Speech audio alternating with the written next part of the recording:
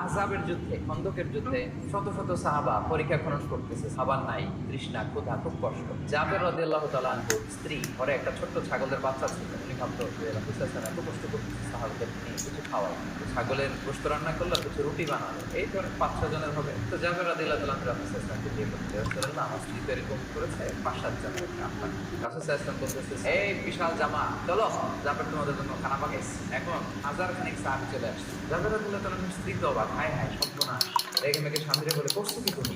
রাসূল সাল্লাল্লাহু আলাইহি ওয়াসাল্লাম এটা বুঝতে পারলেন, বললেন, জাবের টেনশন করো না, খাবার কোন পাতিলে দেখি? বলে এই পাতিলে। বলতেছে, রাসূল সাল্লাল্লাহু আলাইহি ওয়াসাল্লাম দোয়া করে ফুটিয়ে দিলেন আর বললেন, পাতিলের ঢাকনা উঠাবা না, এক পাশ থেকে বের করে করে দিতে থাকো সবাইকে। বিসমিল্লাহ বলে এক পাশ থেকে একটু রুটি একটু গোশত সবাইকে দিতে দিতে দিতে দিতে শত শত সাহাবা পেট করে খাওয়ার পরেও জাবের রাদিয়াল্লাহু তাআলা আনহু পাতিল উঠায় রেখে ভিতরে আগের মতোই রুটি আর গোশত রয়ে গিয়েছে। বারাকা।